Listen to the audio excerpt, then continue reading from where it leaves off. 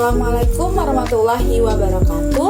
Perkenalkan, nama saya Maria Ulfa, NPM B1A022116. Saya dari jurusan Pidana kelas D, Fakultas Hukum Universitas Bengkulu.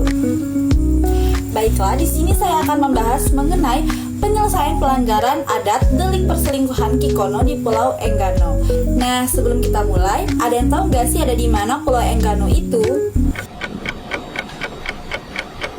Yaps, benar sekali, Pulau Enggano itu berada di Kabupaten Bengkulu Utara, Provinsi Bengkulu. Pulau Enggano memiliki berbagai macam suku, yakni ada suku Kaitora, suku Kahoao, kemudian ada suku Karubi, Kaharuba, Kauno, dan Kamai. Baiklah, sebelum kita lanjut, di sini saya akan menjelaskan sedikit pengantar mengenai hukum yang ada di Indonesia, yang dimana dalam konteks kehidupan sosial dalam masyarakat yang ada di Indonesia ini tidak bisa dilepaskan dari hukum.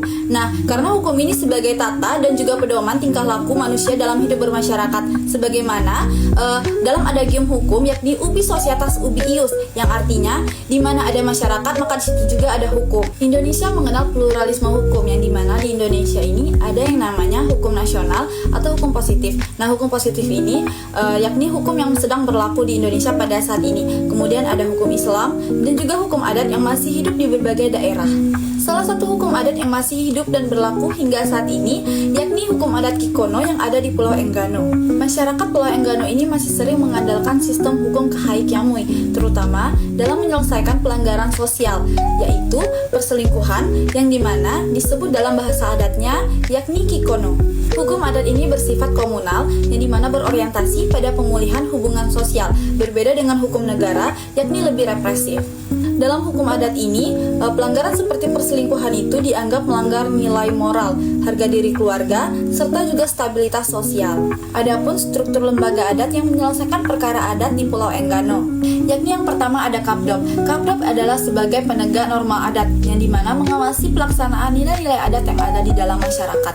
Yang kedua ada Pak Abuki. Pak Abuki merupakan pemuka adat tertinggi yang biasanya menyelesaikan perkara-perkara besar yang ada di Pulau Enggano. Nah, yang terakhir yakni ada kepala suku atau kepala pintu suku yang menjadi jembatan antara masyarakat dan pemuka adat.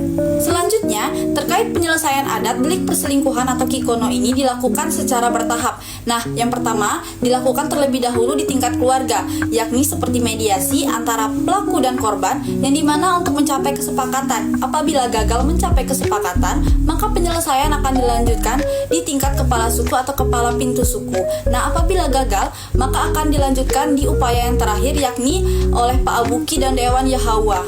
Kemudian, terkait sanksi adat yang diberikan bisa berupa permintaan maaf secara terbuka, denda adat dalam bentuk barang seperti kain adat, hasil kebun, ataupun hewan ternak. Nah, yang ketiga yakni pemutusan hubungan sosial, yakni dalam kasus berat. Contohnya seperti diusir dari komunitas di Pulau Enggano. Baiklah, dapat ditarik kesimpulan bahwa hukum adat Enggano ini merupakan kekuatan sosial dan budaya yang bukan hanya sekedar sistem sanksi, yang dimana mekanisme hukum adatnya sangat mendidik masyarakat untuk menyelesaikan konflik secara damai. Maka dari itu, tantangan yang ada di era modernisasi ini harus diimbangi dengan dokumentasi, pengakuan formal, dan juga dukungan dari kelembagaan. Baiklah, sekian dari saya penjelasan pelanggaran adat delik perselingkuhan Kikono yang ada di Pulau Enggano. Apabila ada salah kata atau yang kurang jelas, saya mohon maaf. Saya akhiri.